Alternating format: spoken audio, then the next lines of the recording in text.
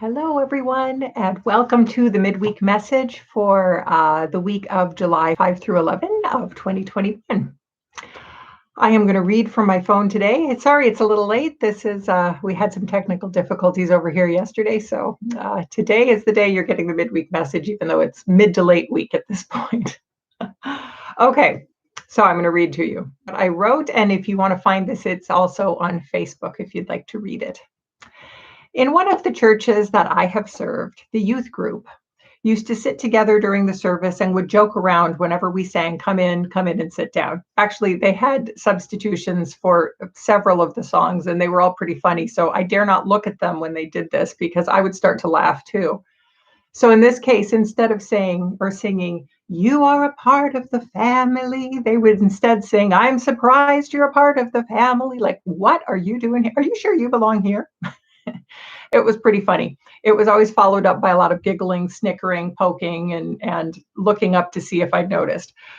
And they did have so many good kinds of substitutions for songs. It reminds me of when I was a kid and we used to sing We Three Kings of Orient are smoking on a rubber cigar and giggling and snickering and hoping our parents wouldn't catch us. So I think this is one of those things that we love to do at church.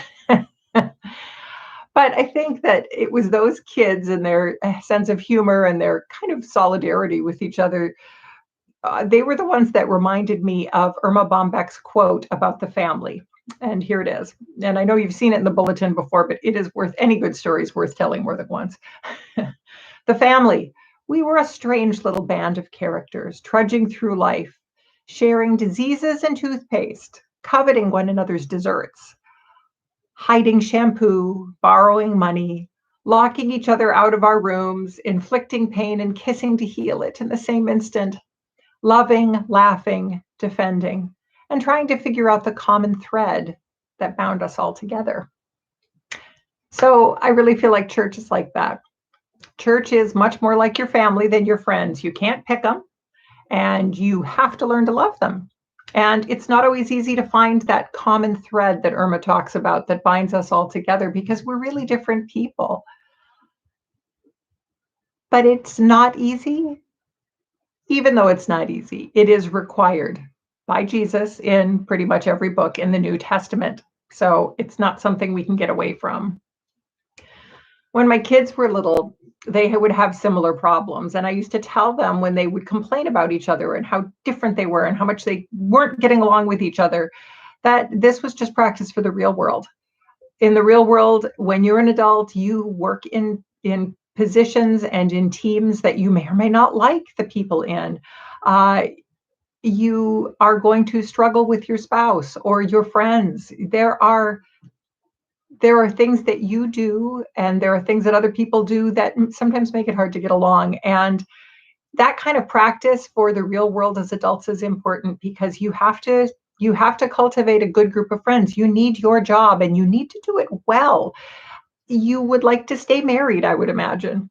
There's all kinds of things that are important for our happiness that we practice in the context of the family and in the context of the church.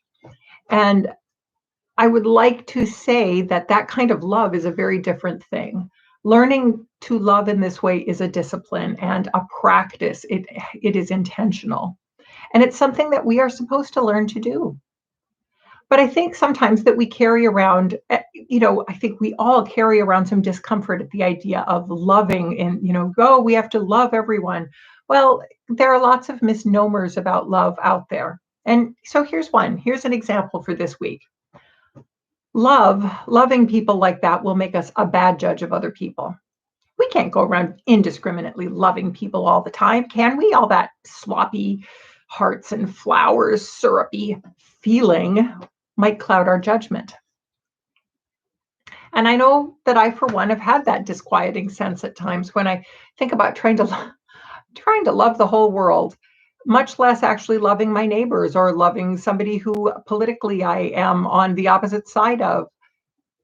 It isn't always easy. It is always complicated, and there are lots of room for misunderstandings. So how do we start? Well, having said all of that, I'd like to offer us some hope on this requirement of our faith because it is a requirement. Romans 12:9 says this: "Let love be genuine.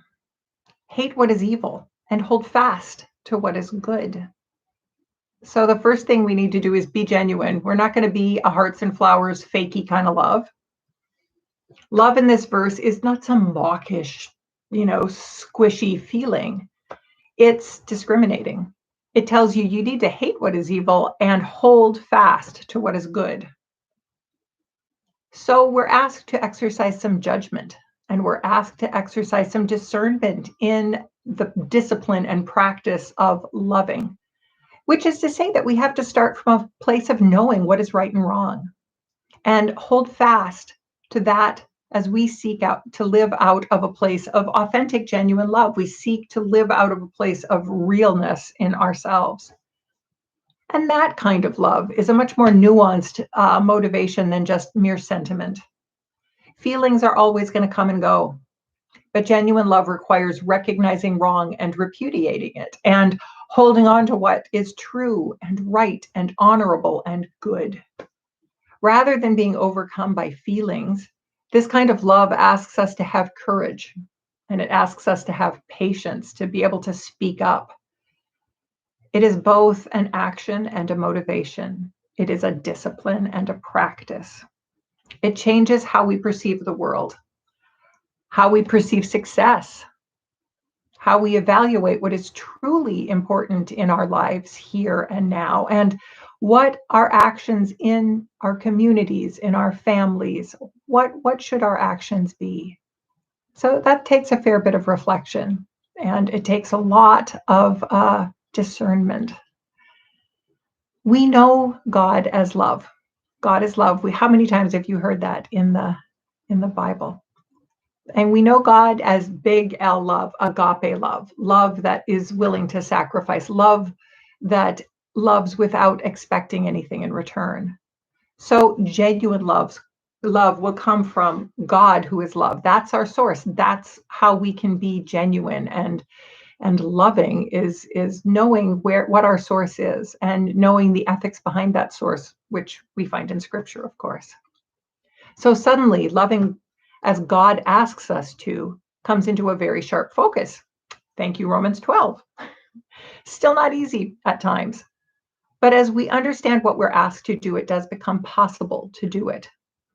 And as we have those foundations and those places to start and to reflect on, it's something that becomes not just possible in a physical way, but in an intellectual way. We reflect and we have a place, an authentic place to stand on.